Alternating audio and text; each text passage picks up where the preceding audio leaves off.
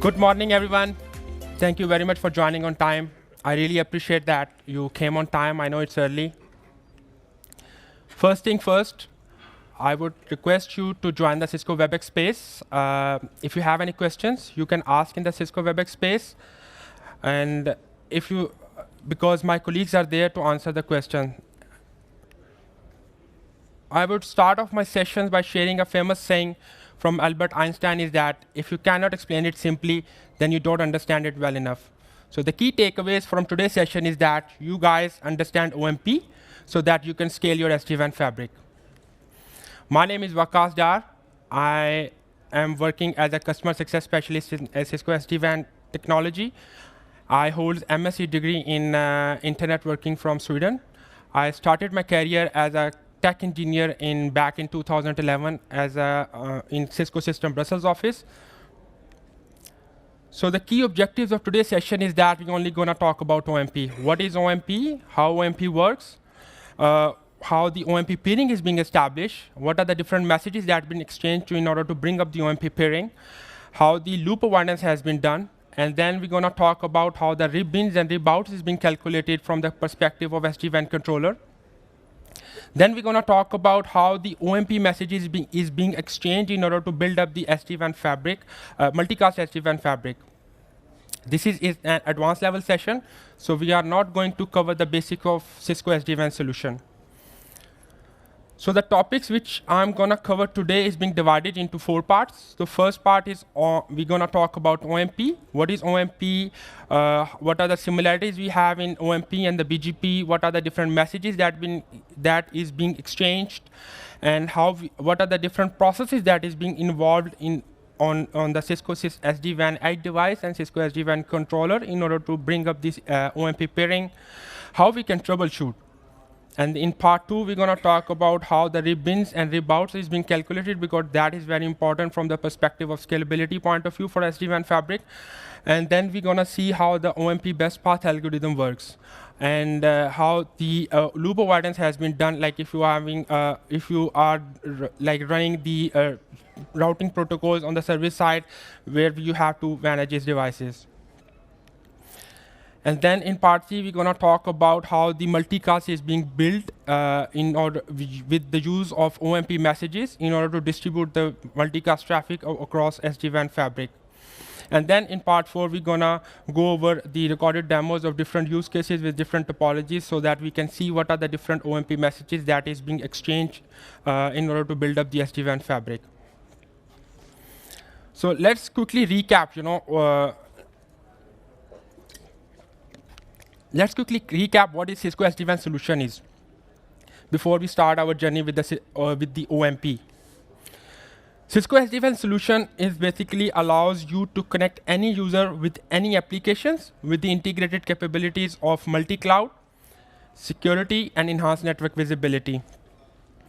Cisco SD-WAN fabric, also called an overlay network. That overlay network can be run over any network transport. Cisco recently rebranded the Cisco SD-WAN solution by changing the names of the controllers and the WAN edge devices. So now vBond controller is now called Cisco SD-WAN validator.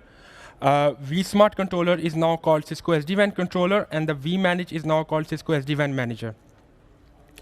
Cisco SD-WAN manager is a centralized network management system that allows you to connect, operate, and configure the entire overlay fabric. Cisco SD-WAN manager communicate with the WAN edge and the controllers using a secure communication channel, which can either be a DTLS or TLS. And within this secure communication channel, the SD-WAN manager uses netconf protocol in order to communicate to distribute all this configuration from the single pane of glass from the SD-WAN manager. Cisco SD-WAN validator is a centralized orchestrator that automatically orchestrates the connectivity between the controllers and the WAN edge devices. And if any controller and the WAN edge device is behind NAT, then the vBond, or means Cisco SD-WAN validator, also acts as a NAT traversal orchestrator. Cisco SD-WAN controller also establishes a secure communication channel between each other and also with the WAN edge devices. And now we're going to talk about how these the secure communication channel is being established. So Cisco SD-WAN manager and Cisco SD-WAN validator initially contacts the Cisco SD-WAN validator, authenticates with the Cisco SD-WAN validator. Once they are authenticated, they are establish a permanent DTLS connection with the Cisco SD-WAN validator. And after that, they establish a permanent DTLS connections with each other, means SD-WAN validator and the Cisco SD-WAN manager. Because both of these controllers are software devices, so they can have multiple vCPUs, meaning cores, and each core will establish a permanent DTLS connection with the Cisco SD-WAN validator. So once WAN edge device initially comes up and tries to establish a transit or temporary DTLS connections with the Cisco SD-WAN validator over each WAN transport that WAN edge device has. Because each core on Cisco SD-WAN controller will establish a permanent DTLS connections with the Cisco SD-WAN validator. So Cisco SD-WAN validator knows how many cores each SD-WAN controller has. So once WAN edge device comes up and tries to establish a temporary DTLS connection with the Cisco SD-WAN validator, Cisco's SD-WAN validator already knows how many cores each SD-WAN controller has. So during the authentication process, the Cisco SD-WAN validator sends back a list of SD-WAN controllers along with the cores in a registered reply message back to WAN edge device. So once WAN edge device receives the list of controllers from the Cisco SD-WAN validator, it will map into an index value on the WAN edge device. Because Cisco SD-WAN validator already knows how many controllers each SD-WAN controller has, so Cisco SD-WAN validator makes sure that when he prepares the list, he will pick a controller. He will pick a core from the controller list that the control connections will be balanced across all the cores on that SD-WAN controller. Because once the list of SD-WAN controller will be passed to that WAN edge device, and WAN edge device on each transport will try to establish the connections with the Cisco SD-WAN validator, right? So Cisco SD-WAN validator will randomly pick an index number from that list, and that randomness comes from a hash function, and in the input of that hash function is the system IP address of the WAN edge device. So in this case, WAN edge device has that list. The hash function gives us the index value 1, so it will start establishing the control connections towards that SD-WAN controller 3. So it moves into that list, and it will start to establish the control connection with the SD-WAN controller 2, and so forth, so on and so forth. So once each WAN transport will reach the configuration which we have on the TLOG about how many control connections you want to establish on that particular WAN interface, that WAN transport now will be considered as an equilibrium control point, meaning that WAN transport is now EVC, like equilibrium control point.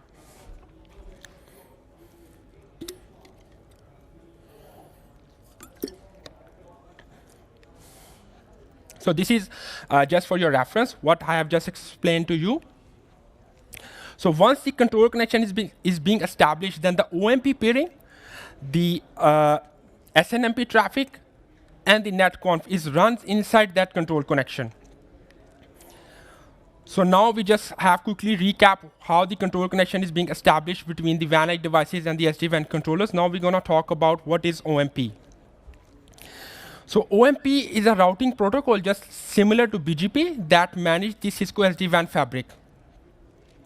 It runs between the SD-WAN controller and the WAN edge device, and between the SD-WAN controller. OMP peering uses TCP as a transport protocol, and OMP also works in a client-server model.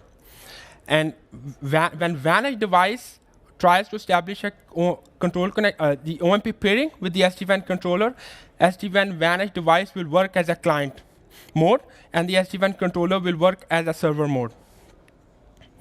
Once the OMP peering is being established between the WAN edge device and the SD-WAN controller, the WAN edge device advertise the prefixes, next hops, the data plane keys towards the SD-WAN controller, and the SD-WAN controller will distribute that information using OMP towards all the WAN edges and across the SD-WAN fabric. OMP also has a loop avoidance mechanism, which we're gonna talk about in detail later in this session. So once the OMP peering is being established, what kind of information that is being propagated by the OMP protocol. OMP propagates vRoutes, TLOCs, services, and policies. So vRoutes are those routes which we learn from the service side of the WAN edge device. So once it is being advertised through OMP towards SD-WAN controller, there are different attributes that gonna attach with that vRoutes. And these attributes are gonna used in the OMP best path algorithm to decide which route is the best one. TLOCs.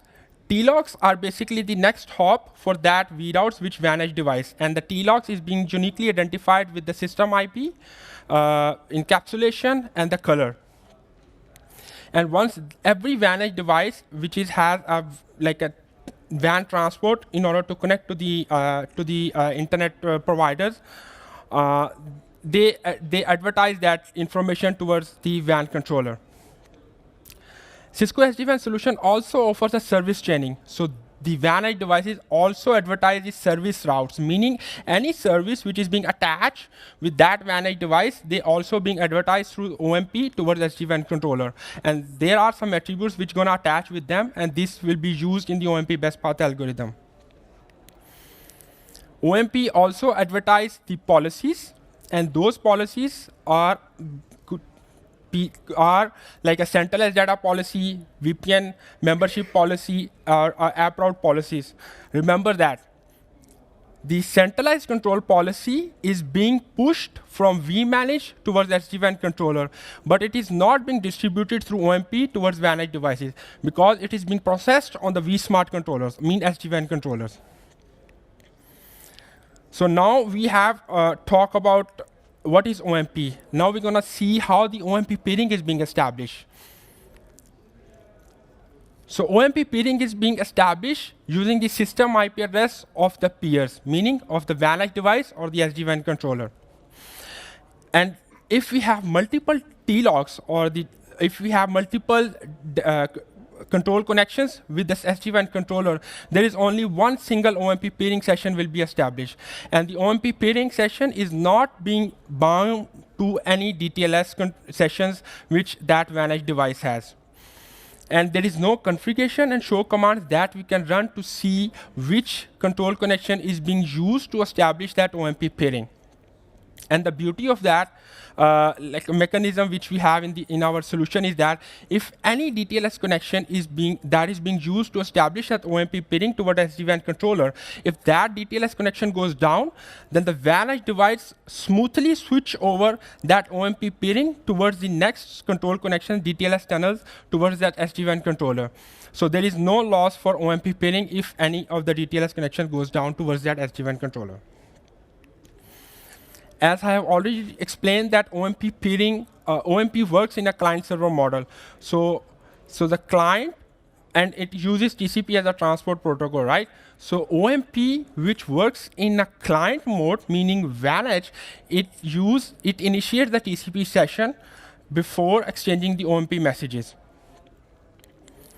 And because OMP peering is being also established between the controllers also, so the peer which has a lowest system IP will initiate the TCP session before exchanging the OMP messages. So I was talking about there are messages being exchanged. So now we're gonna see what are those messages that build up the SD-WAN overlay fabric. So there are only 7 packets in the OMP protocol that build the SD-WAN fabric, that establish the OMP peering, that distribute the routing information, that distribute the policy information across the SD-WAN fabric. And now we're gonna see each of that packets in detail. So once the TCP session is being established, the first packet which is being exchanged by the peer is a handshake packet. And handshake packet includes the information about site ID, hold time timer, what are the address families that OMP peer supports.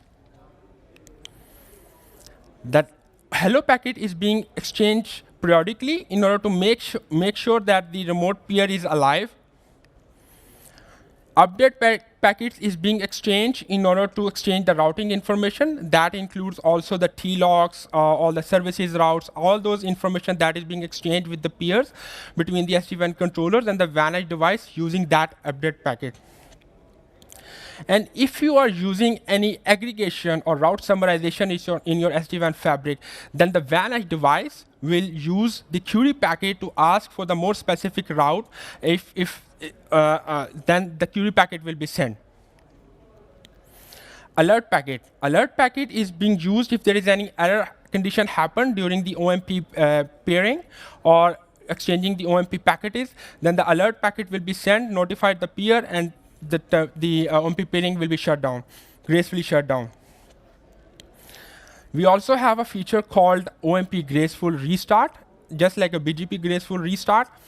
So that OMP, the inform packet is being used in a graceful restart feature where when OMP peer goes down, came back up, then the end of RIP packet is being set to mention that like we want to flush all the routes which we cached in our OMP session.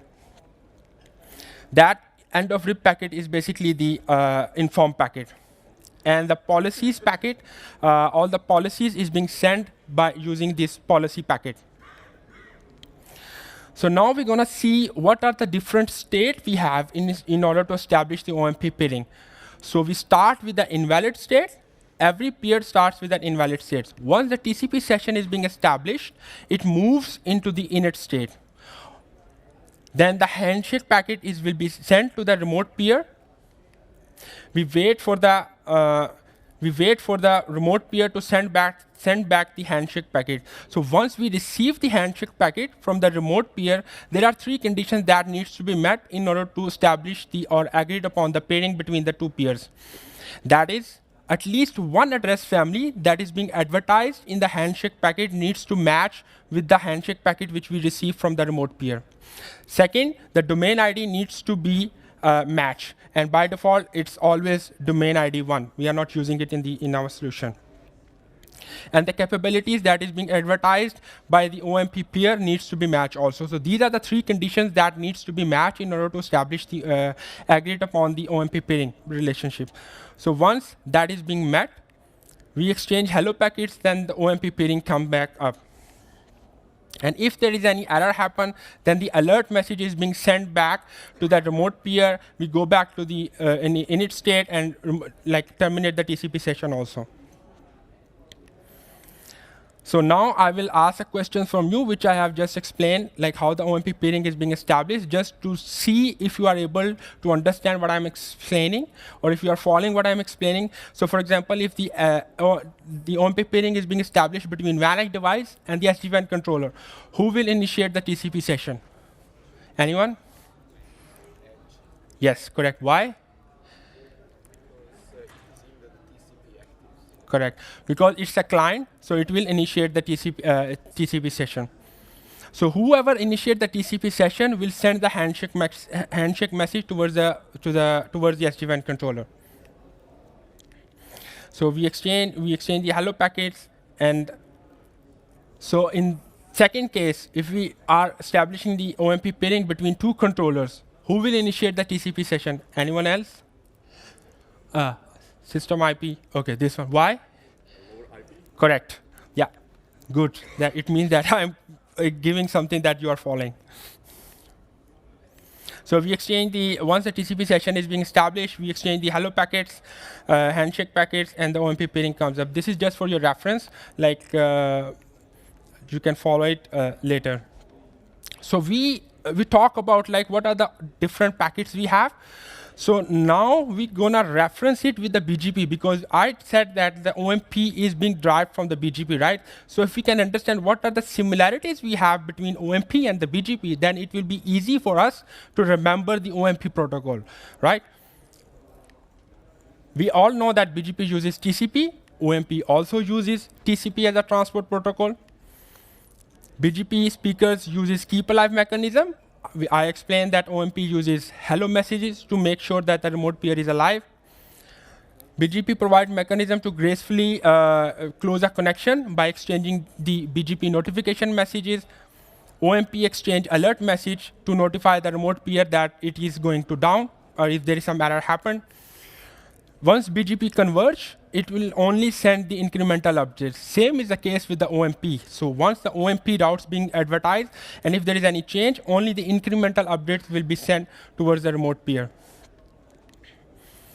Now, we're gonna see, in order to understand how the OMP routing process looks like, we need to go back to the BGP because it's similar to the BGP, right? So everyone is familiar with that diagram, right? This is classic BGP routing process diagram. We have adjacent ribbon, right? We got that information. Adjacent ribbon information is being populated. That we get the update message from the BGP speaker. We populated that.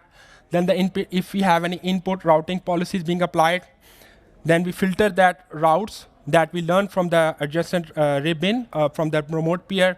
Then that information is feed into the BGP decision process. Then the BGP best path algorithm being calculated. That is being feed into the local RIP process. And if we have any output routing policies is being configured, then we filter those out and then we put that information into the adjacent RIP out. And we advertise that to the remote BGP speaker. That is the classic BGP routing process, right?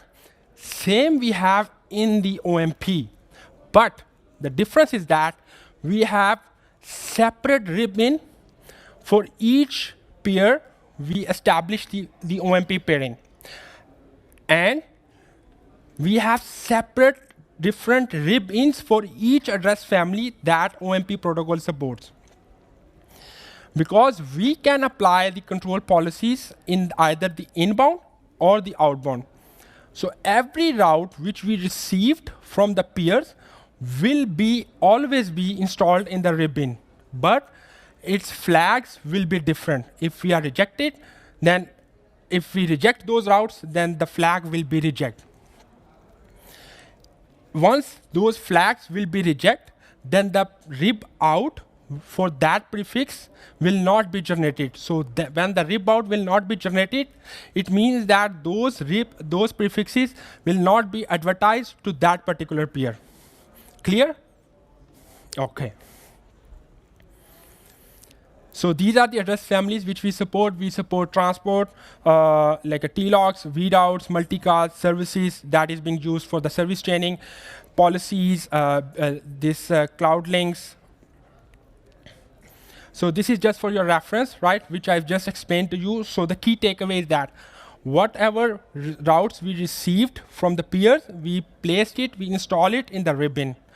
If we reject those routes, then the flags will be set accordingly. If we reject it, the flag will be reject. For those prefixes which are rejected, there is no RIB out will be generated for those prefixes, so they will not be advertised to the remote peer. So this is just for the simulation, just to explain you that like how this, what I was talking about. We have a peer ribbon, TLOC ribbon, IP4 ribbon, service ribbon. For same is the case for the RIB out. So I just explained to you, right? So I also believe that like if you cannot see it on the devices, then you can't understand, right? So I will go through a quick demo just to showcase what I was talking about. So in this demo, we use 3 routers. Each router will have 4 loopbacks or prefixes. And what we're gonna do is that we are configuring a very small topology, policy where the prefixes from site 1110, we are rejecting the first 2 prefixes from that site. And in outbound policy, what we are configuring is that the prefixes which we are receiving from site 111, we are not advertising towards site 112. So the policy looks like this. We are matching routes from site 1110 from VPN 10 we are rejecting those prefixes from that site 1110. And for the outbound direction, we are matching the routes from VPN 10 for that prefixes. First two prefixes from the site 111, we are rejecting in the outbound direction. So before applying the policy, here we can see that we are accepting all those routes from that site also, and also from the controller. Now, when the inbound policy is being applied, here we can see that the first two prefixes are in reject state. So this is the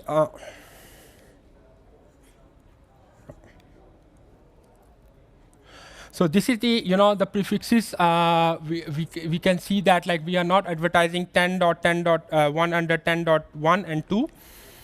And if we check the ribs, right? So here we can see that only the ribbon is being created, and the flags is being set to reject resolved. So it is being rejected in the ribbon. So there is no rib out is being calculated for that particular prefixes. For those prefixes which are accepted in the inbound policy, here we can see that this is the prefix which is being accepted. We have ribbons being calculated, and these are the two ribbons which we got the prefixes from 1.1.1110.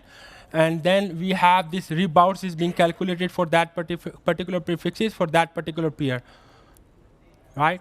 So this is all those rib outs for that, for all the peers we have. So now for the outbound direction, here we can see that like this is the, you can see that that particular prefixes is not being advertised to site 112, which the system IP address is 1.1.112. It is not being advertised. So let's check the like a rib out peer for that particular prefixes. Here we can see that we have ribbon. It is being chosen and resolved. It is being accepted. It is being installed in the ribbon. But there is no rib out because it is being rejected in the outbound direction in the policy. Then for that prefixes which we accepted and advertised, here we can see that the ribbons are being calculated for that particular prefixes. And this are the ribbons because we also, that prefixes is being advertised by that VANEDGE, and also it is being advertised to the vSmart controller. So the vSmart controller also advertise that route towards that SD-WAN controller. So here you can see that the rib out is being calculated also. So now we understand, what are the, the ribbons is being calculated, how the BGP routing process is similar to the OMP routing process, right? So now we're gonna see what are the similarities we have, because I said that it is similar to the BGP, right? So now we're gonna see what are the packets, how the packets looks like. So we have a classic BGP message header. We have 16-byte field for the marker, 2 byte length for 2 bytes for the length, and the 1 byte for the type, and the type can be open, update, notification. Same is the case we have with the OMP, right? OMP have 16-byte field for the marker, 2-byte field for the length, and the 1 byte for the type, which can have all those 7 packets which I've just explained earlier. BGP open packet, which is similar to the handshake packet. We have version autonomous system in the BGP open packet, and the open handshake packet, we have version, site ID, domain ID, hold and timer, and the peer router ID, which is the system IP address of that peer. Notification message, which is similar to the like we have for the alert packet, where we specify error, the error subcode, and the data which provides more information about the data. Same the packet format we have for the alert packet.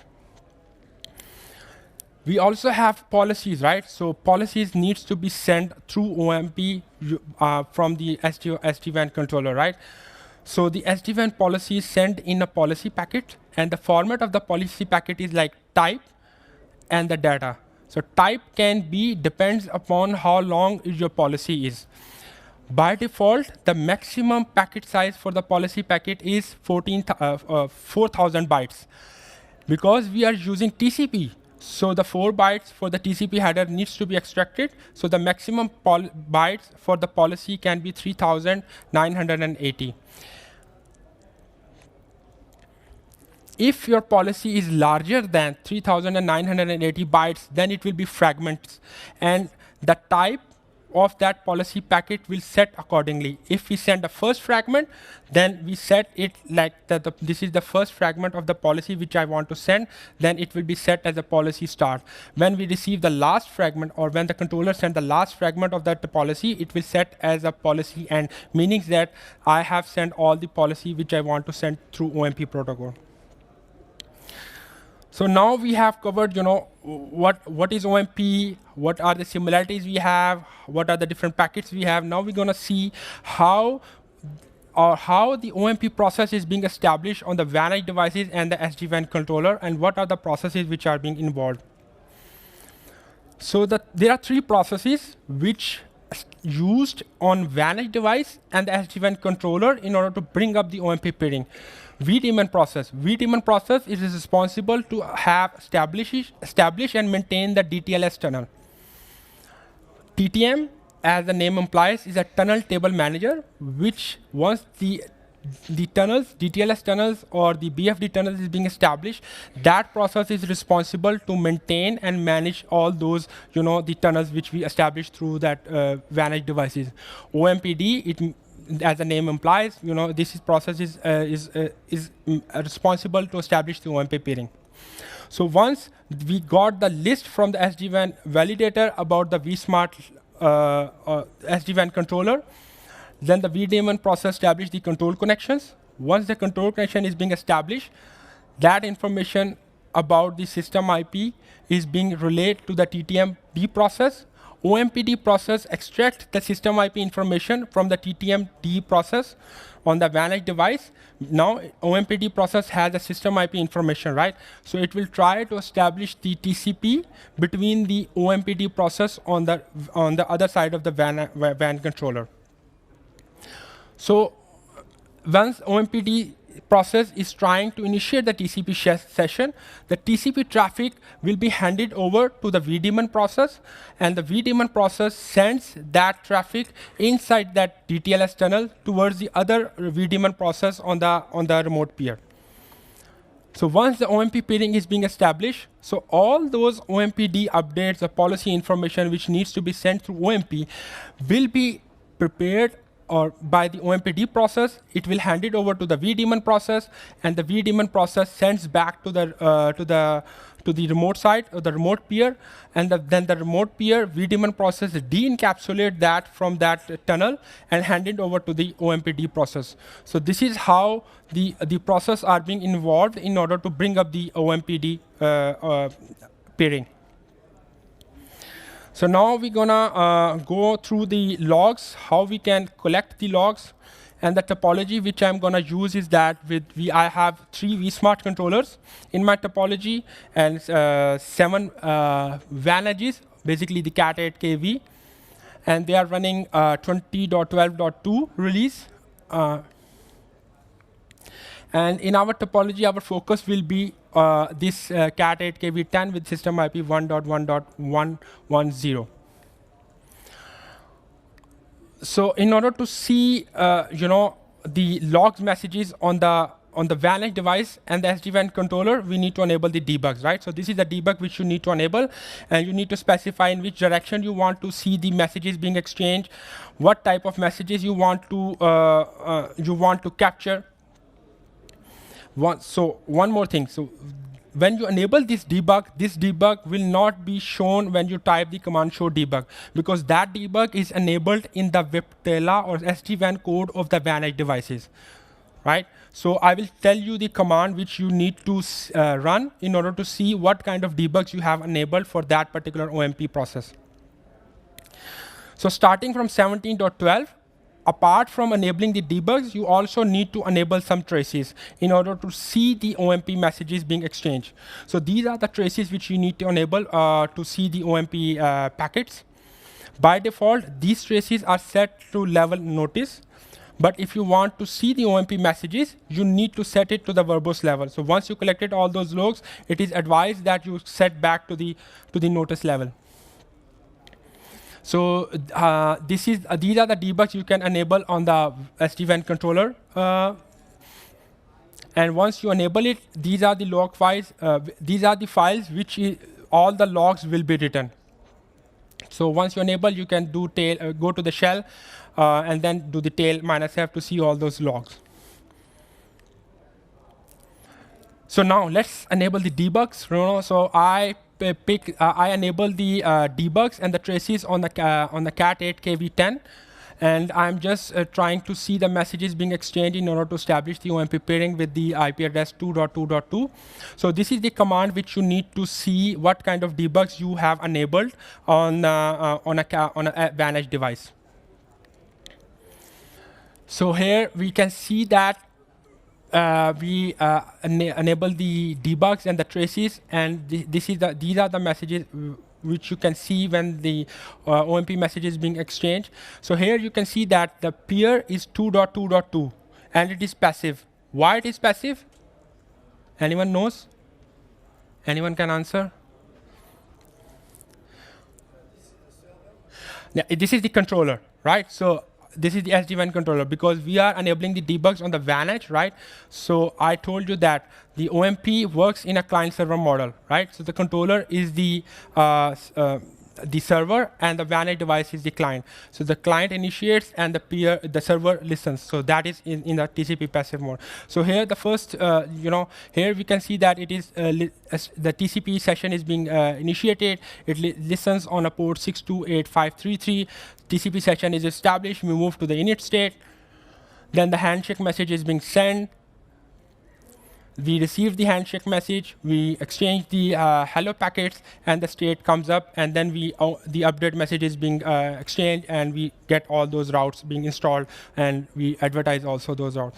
So if you don't want to run any debugs, but you still want to see what all those messages, all those information that is being exchanged while establishing the OMP pairing, right? So you can use these commands also. So the first one is for the WAN edge device. The second command is for the SD-WAN controller. So this is the output looks like, right? So what is the source port which we used in order to establish the TCP session? What is the address families which we negotiated while establishing the OMP pairing, And then what are the TLOCs which we advertise, how many TLOCs we send, how many TLOCs we received, how many routes, if we enable any IPv6. In my case, in my topology, I also enable the IPv6, so that's where you see the route IPv6. And this is the output from the controller perspective. Same, like what is the address families which we negotiated during the OMP pairing, and all those TLOCs and the route for the IPv6, how many routes we sent, how many routes we received.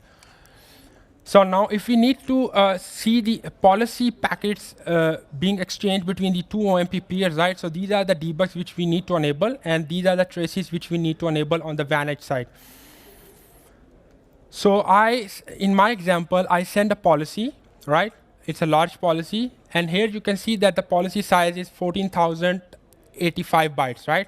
So it's more than 3,980 bytes, so it is being fragmented. So the first fragment is being set with the type value start. It is set, first fragment is being sent. Then the second fragment will be set with the type more because I have more fragments to be sent. The third and the last will be sent with the type end, and the last fragment is being sent. On the WAN edge device, because this is the centralized data policy which I used in my example, right? So that is being sent by the SD-WAN controller to the WAN edge. So WAN edge has to receive. So in the receiving side, on the WAN edge side, it says that it received, that this is the first fragment, the subsequents are more, and the last one is type end. And how we can see that, like, I'm not fan of a, very managed GUI. I'm more on a, CLI stuff. So I found this command very interesting, that you can use that command to see if the policy which you configure on a vManage, it is being applied correctly on that peer in the right direction or not, right? So this is here you can see that, like, what is the policy name, in which direction it is being applied. It is not specific to only to the control plane policy, it is also specified like the centralized data policy also.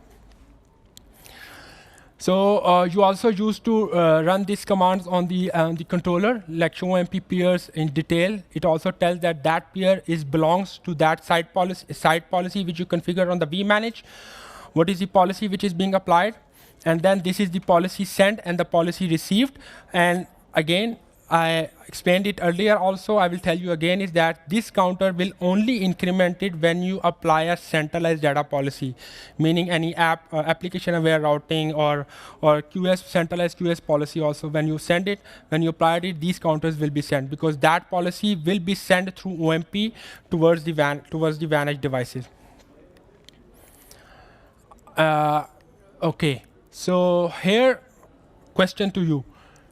Here, I apply only one policy, right? And the counter is 12. Why is it so?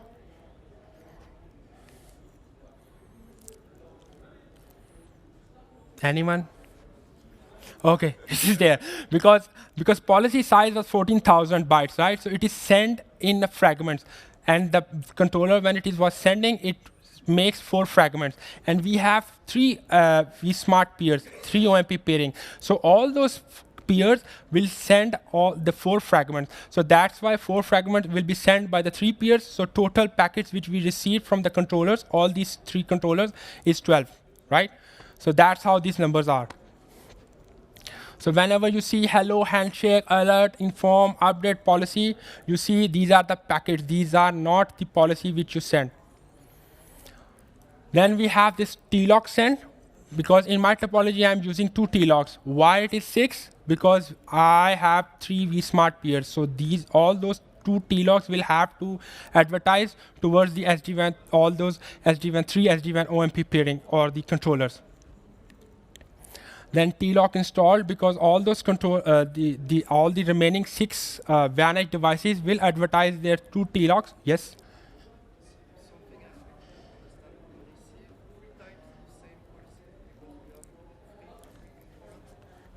Yes.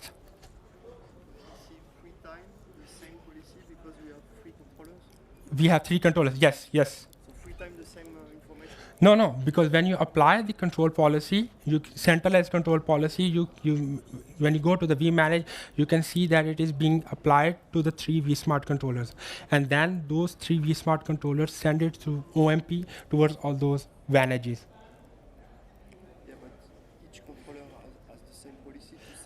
Yes. So the one edge receives 3 times the same information? Yes, correct. Duplicate information? Yes, it is duplicated information, but it is being received from the three different controllers. And what if the information is not the same between controller 1? It will always be same because vSmart controller makes this synchronization. So there is also a one show command, show support policy, route policy, which you can also see what kind of policy is being applied, which are the peers it is being applied, in which direction. So what if my OMP pairing is not being established? Do I have to worry? Like, how can I troubleshoot? So we have already know that like OMP pairing is established inside the control connections, which is GTLS or TLS tunnels, right? So if the OMP pairing is not coming up, then we need to see why, if the control connection is up or not. If the control connection is not up, then we need to troubleshoot first why the control connection is not coming up. If still the control connection is up, but still the OMP pairing is not coming up, then we need to see and check if the system IP which we configure on either on a WAN edge device or the SD-WAN controller is not duplicated in your SD-WAN fabric, because that has to be unique.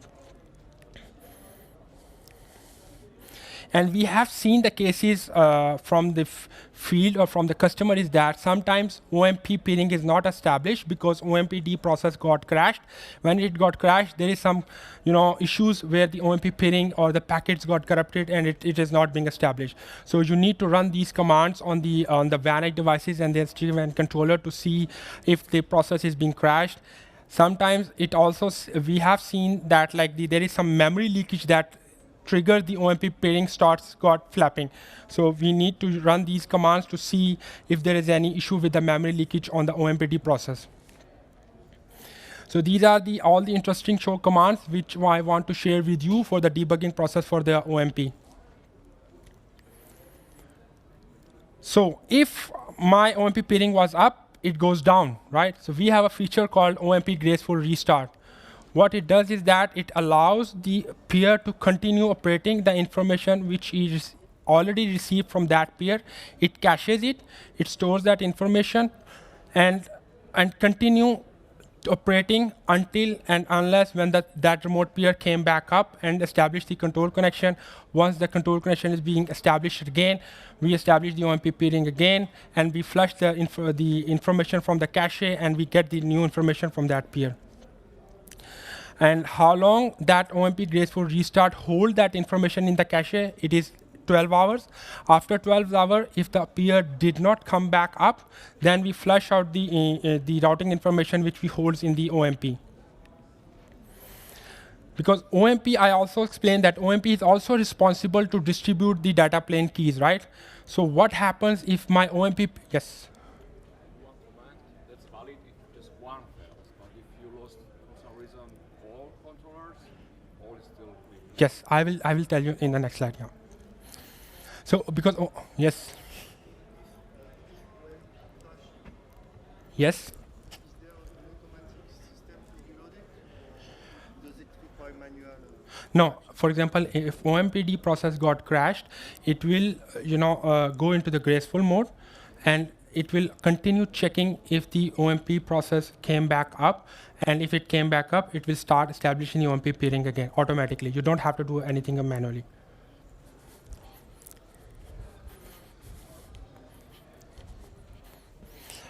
So I was telling that OMPD process is also responsible for distributing the data plane keys, right? So if we lost the OMP peering and we are in a graceful mode, how the traffic will be transferred between the WAN edge devices, between the two WAN edge devices. So just for your reference, for your understanding, is that we receive the OMP encryption key, means data plane key and once we received it, once the 50% of that key which we received, the time has elapsed, we need to request for the new key.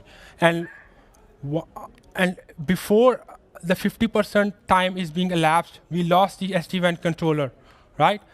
So then the graceful restart timer will be started. Because we were not able to renew the key during that graceful restart timer, we continue accepting the traffic, like encrypting and decrypting using that key. Once the graceful restart timer is being expired and the OMP peer or OMP peer does not come back up, then we bring down all the tunnels. So there is a valid encryption key during the whole graceful restart timer. So that's always we recommend to our customer, is that always configure that rekey timer twice the timer which you configure for the graceful restart.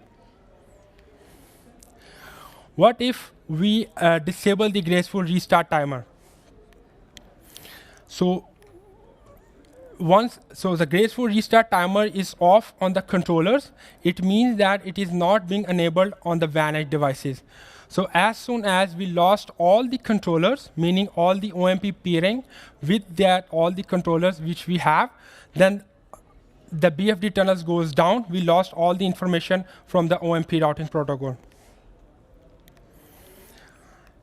We can also change the graceful restart timer, right?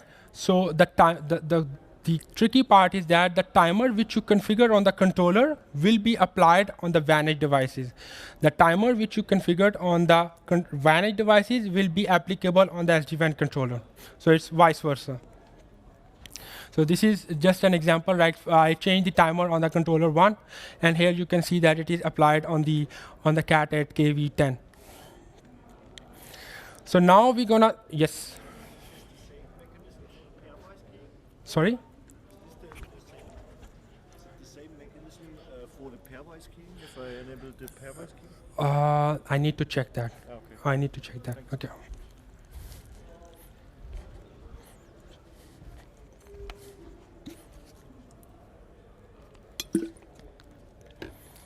So now we're gonna talk about the scalability and see how these rib-in and rib-outs play a role and how we can calculate in a different topology. So the topology which I'm going to use in order to demonstrate how to calculate the rib-in and rib-out is this. We have two transports and we have two controllers. And this is the formula which we're gonna see how we can calculate the ribbons for that particular controller.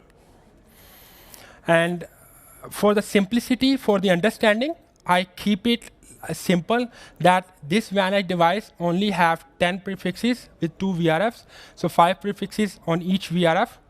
But like if you want to apply the same thing for your production, right? So you need to make it like calculate all those routes in all those VRFs, and then you can put that information here in the formula to see what is the rib size you have.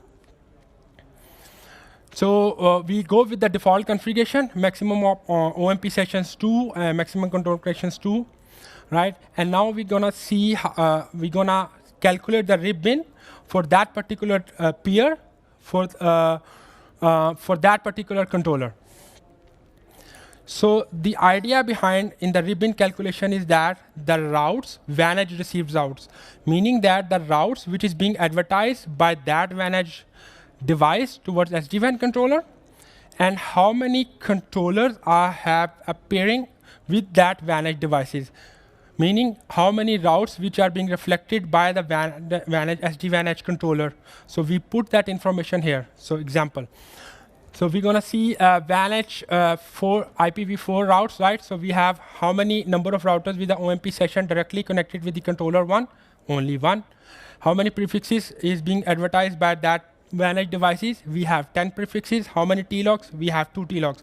So the number of VANET IPv4 prefixes advertised by the VANET router is 20. And how many controllers have an OMP peering with that particular VANET device? We have only 1. So we put that information. We have 40 routes that will be put into the ribbon for that particular particular VANET devices. So let's make things a little bit more interesting. For example, if we increase the maximum OMP session from default, which is value 2 to 3, so the VANET received routes will remain 20, but the number of SD-WAN controllers peers with the VANET device increase from 1 to 2, because we have 2 SD-WAN controllers that are pairing with that VANET device.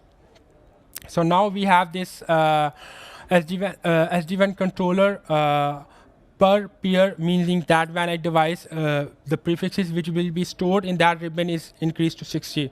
So here you can see that, right? When we increase the controllers, then the rib size will also increase. For example, if we bring up the controller into our fabric, but we did not make any OMP pairing with that SD-WAN controller, then it will not make any effect. It will not make any impact in terms of number of routes that can be put into the ribbon for all the peers. So now we're gonna calculate the rib out for the full mesh connectivity. So we have all those 4 routes, 4 VANET devices. We have 2 controllers. For the simplicity, all those VANET devices are advertising 10 prefixes per 2 VRF. So all those VANET devices have an OMP pairing with all the controllers. And now we're gonna see to calculate the rib out for that particular prefixes, particular VANET devices, right? So VANET received routes will remain same, right? So VANET received routes, because how many routers have an OMP pairing with that particular controller? We have 1, 2, 3, 4. So we have 4 routers that are pairing with that SD-WAN controller, and all those VANET devices, they are advertising 10 prefixes and they have 2 TLOGs. So total VANET received routes, we have 80, right? Now number of controllers peers with that controller 1, we are talking about the pairing between the controllers. So here we can see that controller 1 have an OMP pairing with the controller 2. So we have 1. Number of edge routers peers with the controller 1. How many edge routers have an OMP pairing with the controller 1? 4, because it's a full mesh. how many controller received routes. So in the controller received route, we need to see like number of routers not directly paired with that particular controller. There is none because every router have a direct pairing with that controller one.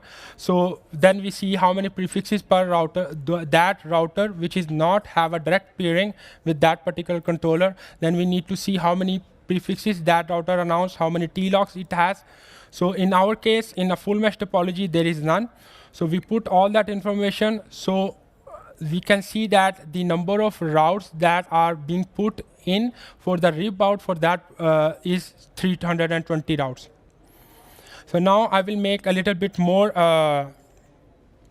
interesting, where we split in using affinity, right?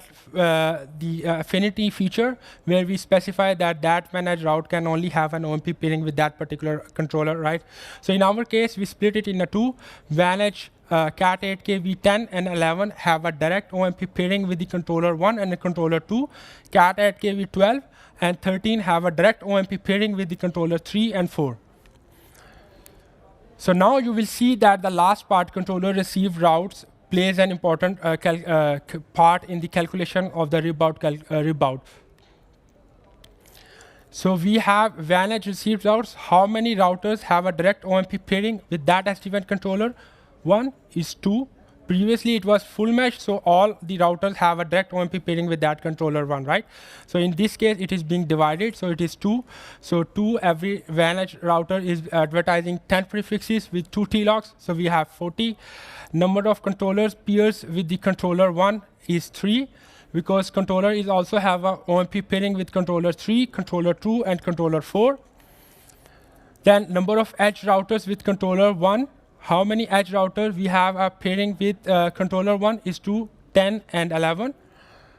Then the controller received routes are controller received routes. So if we go back here, the controller received route on the up, we can see that number of routers not directly connected. How many routers that are not directly connected in this topology?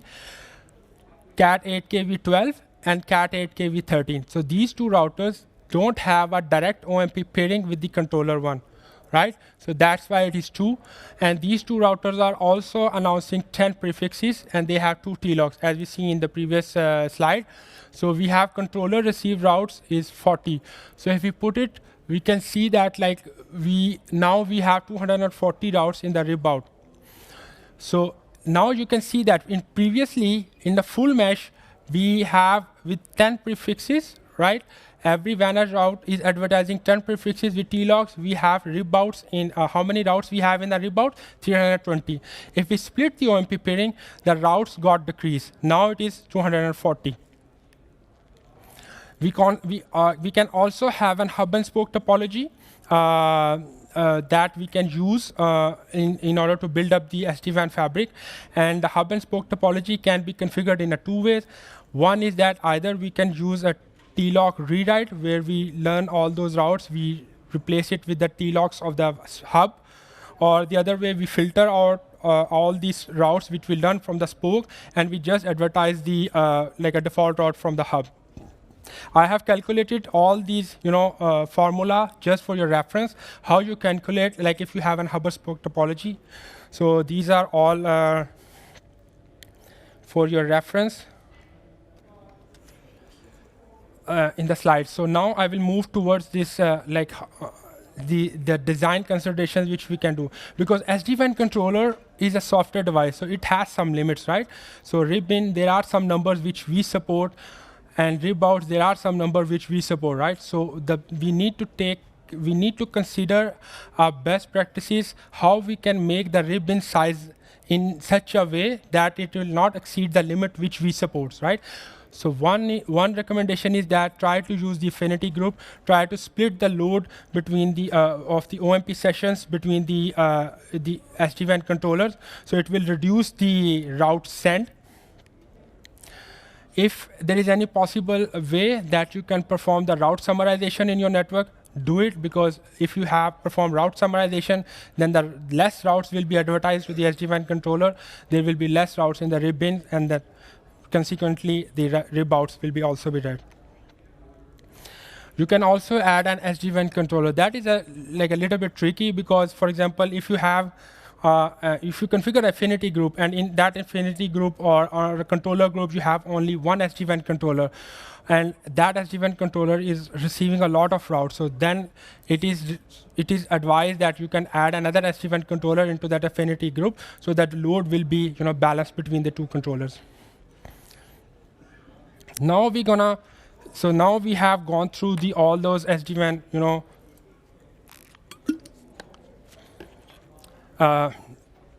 OMP part, and now we are moving towards this how the OMP best path algorithm works. So OMP best path algorithm can be influenced either by inbound control policy or outbound control policy. And we have seen previously that like how the OMP routing process looks like, right? We can influence it in the inbound. If we applied it, that it will not be put into the OMP routing process or the rebouts will not be generated. So once we filter out through the inbound routing policies, right? So we need to see that that route which we are putting into the OMP routing process is valid. Valid means that the data plane or the IPsec tunnel for that TLOC is being established. So the routes which we received from the SD-WAN controller, either it is active or stale. We prefer an active route, so the peer from which we are receiving these routes is not in a graceful restart mode.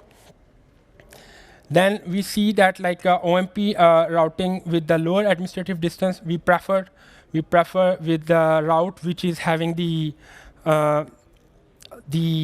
higher route preference. We go with if the route preference is same, we check that if the route which we received, the TLOC which is associated with have a higher TLOC preference. And if the TLOC preference is also same, then we're gonna check that the OMP route from which protocol we learn that route from into that OMP. And we see that like the OMP route type with the best origin part, this is the order of the origins, just for your reference. If the origin is same, meaning we are learning the route from the same protocol, then we see that what is the metric which is associated that route from that particular prefix. And after that, we installed that routes into the ECMP, meaning that like we do the ECMP for that particular prefixes. And if still the route is not being decided which one is the best one, then we use like the routes which we received from the routes and the routes which we received from the controller. We prefer the routes which we received from the WAN devices. And then after selecting the tiebreaker, we apply the outbound control policy. And based on the outbound control policy, we decide that which routes we want to advertise towards the remote OMP peer. There is also a configuration knob in the SD-WAN controller that like if you want to have fast conversions, then you can enable that send backup paths, meaning that the best path which is being selected and the path or the routes which are not being selected, the SD-WAN controller also sends those paths if you enable that send backup paths. Yes? These send backup paths are sent near the limit 16 or 42 or about the limit? No, it will stay 16, still 16. 12, like best, still backup will go up to 16. Yes, correct. All the time like that. Yeah. But in MRF case, that limit is exceeded to 32. Yeah, so it is mentioned here, right? Yeah. So once this one, I have also created for your reference, in case if you are using MRF, how that algorithm works, just for your reference. So now we're going to talk about how the loop avoidance has been being done or being calculated in the SD-WAN overlay fabric. So if you are using OSP on your service side, if you have two WAN edges devices, right? When the OSP route is being redistributed from OMP into OSP, then the downbit which is being specified in RFC 4577, down bit will be set. So when the LSA update will be gone from that WAN edge device, from the service side to the remote WAN edge device, then the down bit will be, because the down bit is being set, so that LSA update is being ignored. And so in this way, we prefer the path which we learn from the OMP from the remote WAN edge device or the remote SD-WAN controller. Then if for the EIGRP case, when the EIGRP routes is being advertised from OMP towards EIGRP, there is a external protocol ID field in the EIGRP packet that is being set to external OMP agent. So when the other WAN edge device on that site will receive that EIGRP update, because that protocol field is set to OMP, external OMP agent. So then that route will not be installed in the FIB. That route will be placed in the EIGRP topology table with the administrative distance of 252, because OMP has an administrative distance of 251. So in that case, the OMP routes, the routes which we learn from through OMP will be preferred. In the RIP case, when the RIP routes are being advertised through from OMP towards RIP, there is a tag which will be associated with the RIP route. That tag value is 44270, which you cannot control or which you cannot configure. It is done by the OMP process. So when that tag is being associated with that particular route, when that route is being sent towards the other WAN edge devices, then WAN edge device will see that then in this RIP update we have that tag. So it will ignore that RIP route and it will prefer the route which he learns through the OMP. For the, if you are running the BGP on your service side, right? So we use the site of origin extended community, which is basically the value of your site ID. So when the BGP routes is being redistributed from BGP to the OMP, it goes, BGP update will be sent on the service side, right? And then it goes to the other WAN edge device. It sees that the BGP extended community, means site of origin, it matches the value of the site ID which is being configured in that SSO is matching with the site ID value which we configured. It ignored that BGP update and it will prefer the route which we learned from the OMP. So a lot of talking, right? So you got confused. So I have something for you which is easy for you to guys to understand. So here we're gonna see how the OMP down bit works. We have one prefix 192.168.100.100. We advertise it through OSP. It goes to the CH1. CH1 did the distribution from OSPF to OMP. It being advertised through SD-WAN controller. From SD-WAN controller, it goes to that all those WAN edge devices in the SD-WAN fabric. Then we do also the mutual distribution from OMP towards the OSPF. So OSPF did the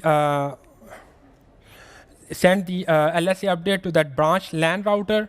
It will install it there. Then the branch LAN will send that LSA update towards the CH3, because the down bit is set, so that route will not be installed in the FIB for that particular WAN edge devices. So the route which we receive from the CH2 will be installed on the branch LAN side, but when the branch LAN side will send the LSA update towards the CH3, we can see that in the debugs is that the down bit with the SD-WAN is being set, so that CH3 is ignoring that LSA, so it is not installed. So that's why it is preferred the routes which we learned from the OMP from the CH1. So from the EIGRP case, which was like when we redistributed from the EIGRP to the OMP, then it goes from the CH2 perspective when the OMP routes will be redistributed into the EIGRP. Here we can see that the external protocol ID field is set to unknown, because in Wireshark it cannot understand the OMP, so that's why it shows as unknown. Then the EIGRP update will be sent from branch LAN to the CH3. And here you can see that in the output, it will be installed in the EIGRP topology table, and the external protocol is set to OMP agent. So EIGR update once that CH3 will have that prefix in the EIGRP topology table, right? But we still are preferring the routes from the OMP. Why is it so? Because the routes which we learn through the OMP have an administrative distance of 251, so that is being preferred, because once we lost the OMP routes from on the CH3, then that route which we learned through the OMP from the EIGRP will be installed as with an administrative distance of 252. In the RIP case, it's the same. We do the redistribution. We do the mutual redistribution of CH2. RIP update is being set. The route tag is being set to the 442700. It goes there. It will not be installed in the RIP on the CH3. Once we lost the OMP routing tables, OMP pairing, OMP routes, then that route will be installed with the administrative distance of 252 with the SD-WAN down flag set, meaning that we lost the route from which we learned from the on that CH3 through OMP. We lost it, and now we are preferring the route which we learned from the RIP side. From the BGP case, from the BGP case is that like we have this topology, we are advertising that prefix. It goes to CH1, we do the mutual redistribution. It will go to that SD-WAN controller, from SD-WAN controller towards all the CH devices in that SD-WAN fabric. On the CH2, we receive that OMP route, we do the mutual redistribution. So once that CH2 advertise that route back to from OMP to the BGP, is the site of origin value is set to that site ID. So once AS5, this branch LAN router will advertise the BGP update.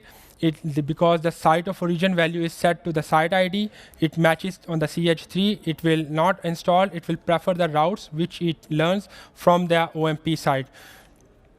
Once we lost the OMP routes, it will install it into the OMP routing table with the value of with the OMP with the distance of 252 with the SD-WAN down flag.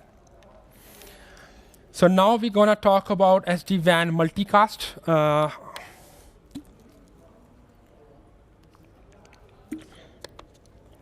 So far, are you following like how the loop avoidance works?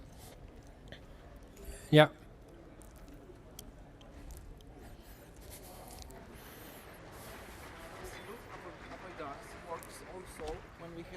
Routers in two different site ID? No, it only works with the same site ID on the BGP case. Yeah.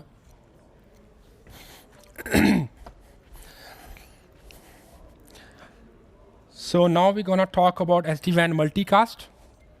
These are the terminologies like RP, rendezvous point, FHR, first hop router where the source is connected, LHR where the last hop router where the receiver is connected. So I will not spend much of your time on that. I hope you're aware of that. So when you enable the multicast in the SD-WAN fabric, right?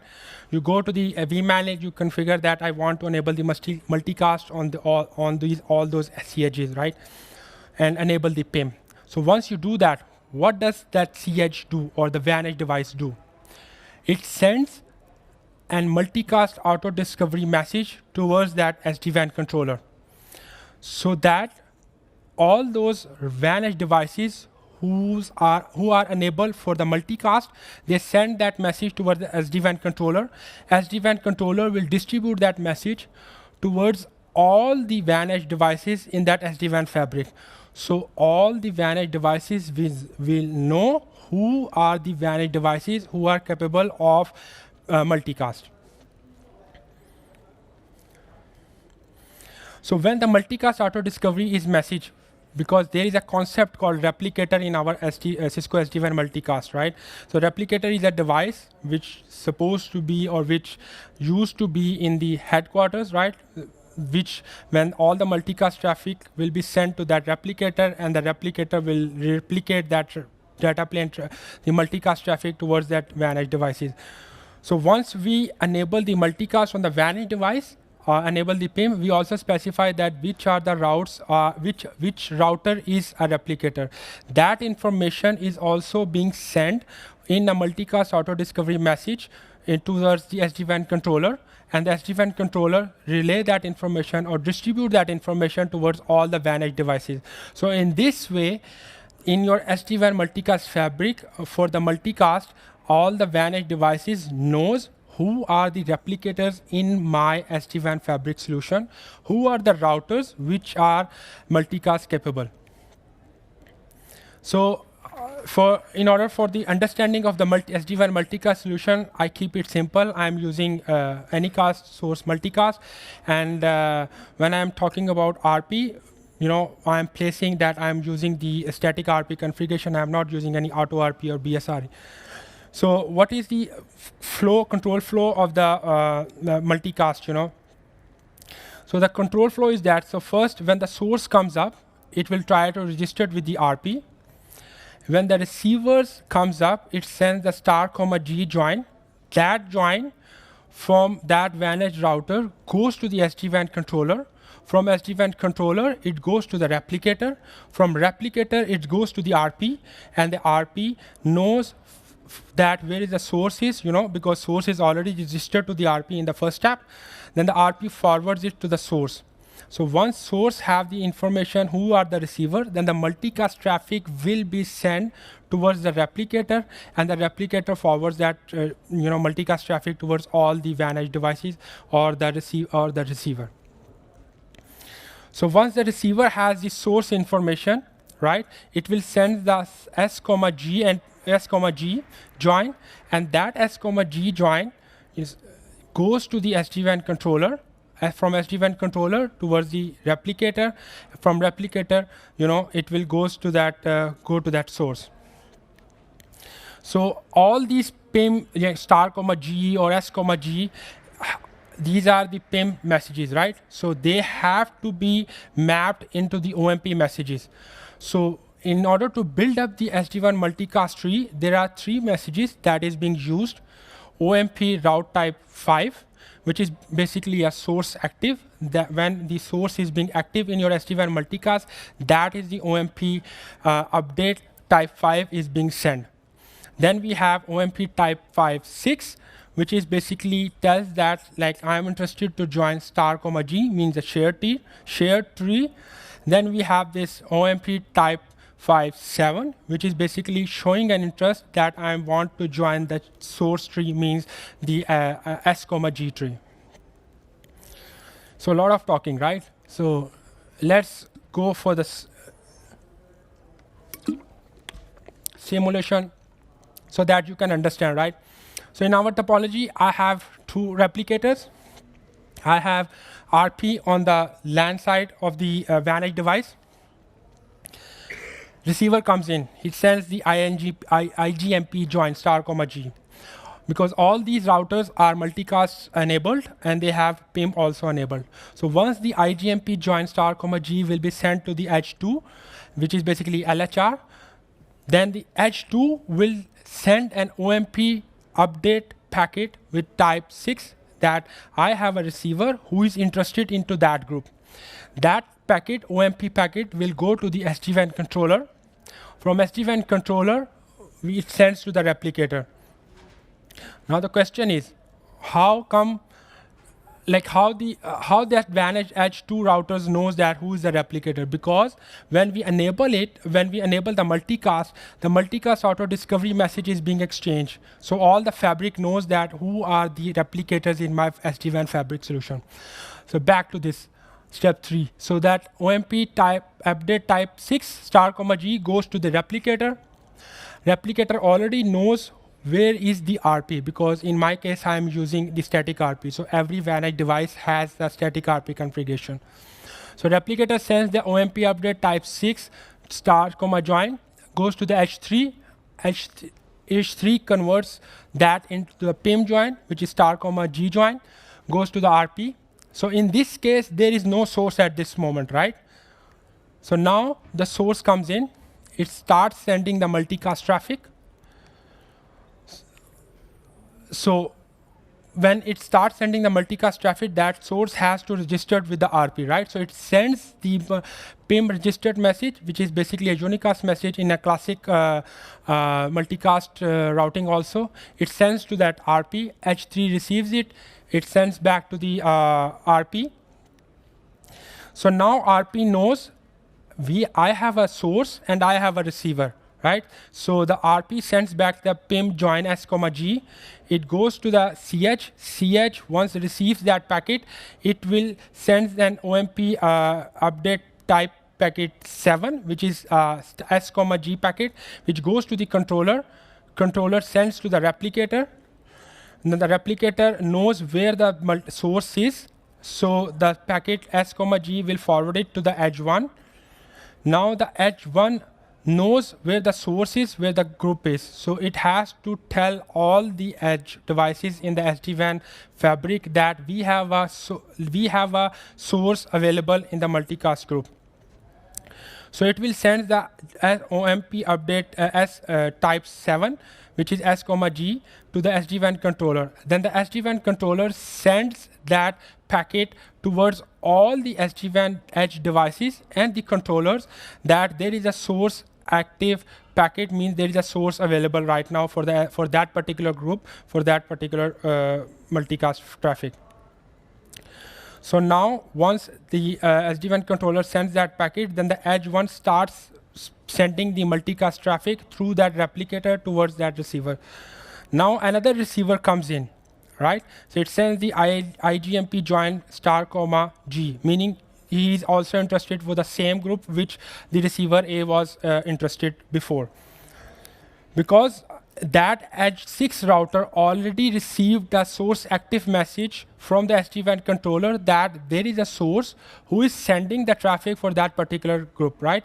So it already sent instead of sending the type 6 star comma G packet, it sends the type 7 S comma G packet towards the SD-WAN controller. And SD-WAN controller sends back the S comma G towards that replicator. Now, again came back to one thing which I forgot to mention is that how the WAN edge devices or the receivers knows which replicator I have to choose. Once you configure the multicast, once you enable the multicast, and you select that WAN edge router has to be my replicator, right? So right now at this moment we use the GPS coordinates, right, in order to see which replicator is the closest one to reach out. And that information is being sent through multicast auto discovery message also. So in this case, for the edge 6, replicator B is the closest one, so that's why it sends the packet. The vSmart controller sends the packet towards the replicator B. So and then the replicator B sends the S comma G towards that source, and then the FHR starts sending the multicast traffic through that replicator B towards that receiver B. This is the control messages or how the multicast is being established over the SD-WAN fabric. These are just for your reference. What are the messages that is being exchanged? So the key points to remember in your SD-WAN multicast. Yes? Is it possible to kind of designate a couple of routers for this replicator role? Yes, you can. It is? Yeah. Thank you. Okay. Because if you have like a hub and spoke, then it will always be the hub, more or less. You can specify which routers you want to configure for the replicator. Great, thanks. Yeah.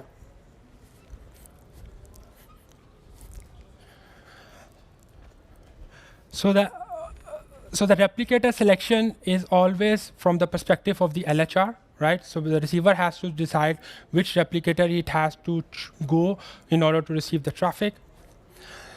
If there are multiple replicators in your SD-WAN fabric, right? So there is no synchronization in between. So if the one receiver chooses the one replicator, right? So it cannot, if that replicator goes down, then the receiver has to join that particular stream again using the alternative replicator which is available for that WAN edge device. If for example, there are some scenarios like when the receiver comes in first, or the source resource comes in first. So in that case, when there is no receiver and the source comes in first, the source sends the PIM register message towards the RP, right? And if there are no receiver that is registered at the RP, right? So the RP sends back the PIM register stop message. So there is no, like a complications or impact in terms of SD-WAN multicast solution. Yes. Really, if I have hub and spoke topology or BMAT analysis, if I properly set replicators, properly set source, random response behind the hub, perfectly can work with multicast. Yes. There's no limitations to be really. I will come to that point. I have covered. So in classic multicast mode, we also have this SPT, like shortest path tree mode, like when we switch from the shared tree to the shortest path tree. In SD-WAN multicast, all the traffic always goes from source towards the replicator, from replicator towards the receiver, right? So when you enable the SPT, the things which can improve is that the number of control messages, which I just explained earlier, will be minimized. And if you want to use that feature, you have to enable it on all the WAN edge devices in your SD-WAN fabric.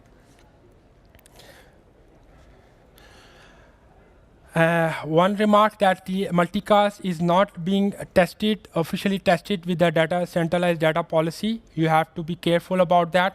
If you have configured any centralized data policy, you need to make sure that only the unicast traffic is being matched in your centralized data policy or QS policy. Hub and spoke topology, multicast is not being tested. And so multicast is being tested in full mesh environment. So we are planning to have that support, like a full hub and spoke topology support for the multicast traffic coming in 20.15 and 17.15 release. So now I have only, I have some use cases to show with the topology.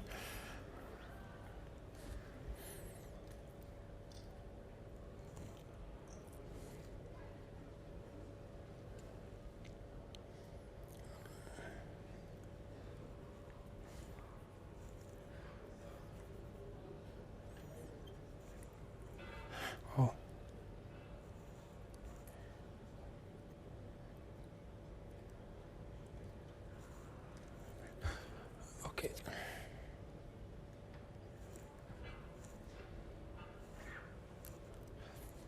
Okay, so here I have this topology, right? In this demo topology, I am having these site 100, site 200. In site 100, I have two WAN edge devices with the system IP 1.1.10.1, and site 200, I have system IP 1.1.20.1 and 2, right? So in this demo, we're gonna first go with the full mesh topology. Here we are configuring and trying to enable the debugs, right? So I just want to mention one thing is that like in 20.12 release, like if you want to enable the debugs on the SD-WAN controller, unfortunately, it is not being possible. You need to move the SD-WAN controller from vManage mode to CLI mode, and then you need to specify the in the logging session the priority level debug, and then you can see all those OMP messages in the debugs. So I will quickly show that, right? So here you can see that the logging is enabled, but there is no priority level debug. So what we're gonna do is that we move the vSmart template into the CLI template. We specify this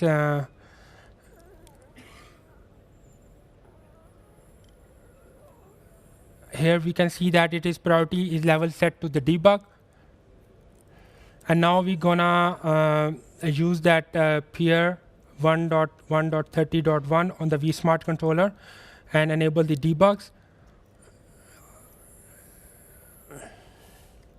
Here we can see that we are learning that route from on the CH3, C1. We are learning that route, and we are from the 1.1.50.1 IP address. And now we can see that we are enabling the debugs. And once the debugs are enabled, we can see that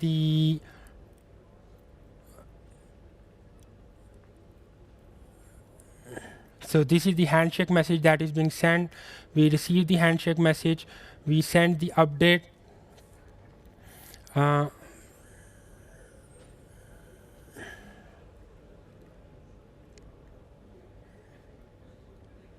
So here we can see that this is the 1.1.10.1. We are receiving these routes from that particular the system IP address for that particular VANEDGE. Now in this in this case, I'm gonna use these two VANEDGE devices, CH1 and 1.1.10.1 and 1.1.10.2. I will make that both of them as a hub for that particular topology. So in this here we can see that 1.1.10.1 and 1.1.10.1 we are specifying the TLOC preference to 100, and for the other VANEDGE devices 1.1.20.1 and 20.2 we are setting the preference for 50. So it means that all those routes which we learn from the branch side, from the site ID 50 and 300, we are setting the preference to go to that CH1, which is 1.1.10.1 and 1.1.10.2. So the policy is being applied, and here we can see that the routes which we learn from that CH, the TLOC is being set towards 1.1.10.1 and 1.1.10.2 with the preference of 100. And for the remote side, for the other VANEDGEs 1.1.20.1 and 20.2, the preference is set to 50. So if the routes which on site 100 goes down, the traffic will go to the other hub, which is where the preference is set to the 50.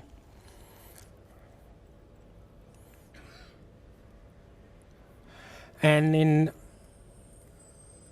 this case, what we're gonna do is that we're gonna make both of the sites active at the same time, where we have one VANEDGE device is being set with the preference of value 100, and the other one is also 100. On the other router which we have on that site, we set the preference to the 50, so that if both the VANEDGE devices on the hub side lost or goes down, then the traffic will go to the other VANEDGE on the same site and treat it as a hub.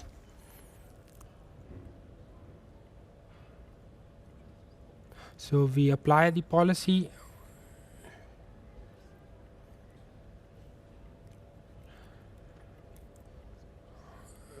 Here you can see that it's 101.1.10.1. It is set to 100, and to 10.2 the preference is set to 50.